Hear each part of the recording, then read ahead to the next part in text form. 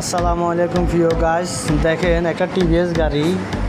এই গাড়িটা সার্ভিসিং না করার কারণে পুরাটা গাড়ি কীরকম লাগাতে গাড়িটা মস্কাই দিছে।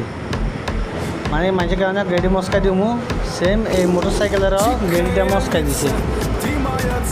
দেখেন এই টাঙ্গিটা খোলা গাড়িটা একদম উঠে গেছে। এই গাড়িটা দেখছেন কীভাবে হাঁড়ি আল্লাহ বাঁচছে।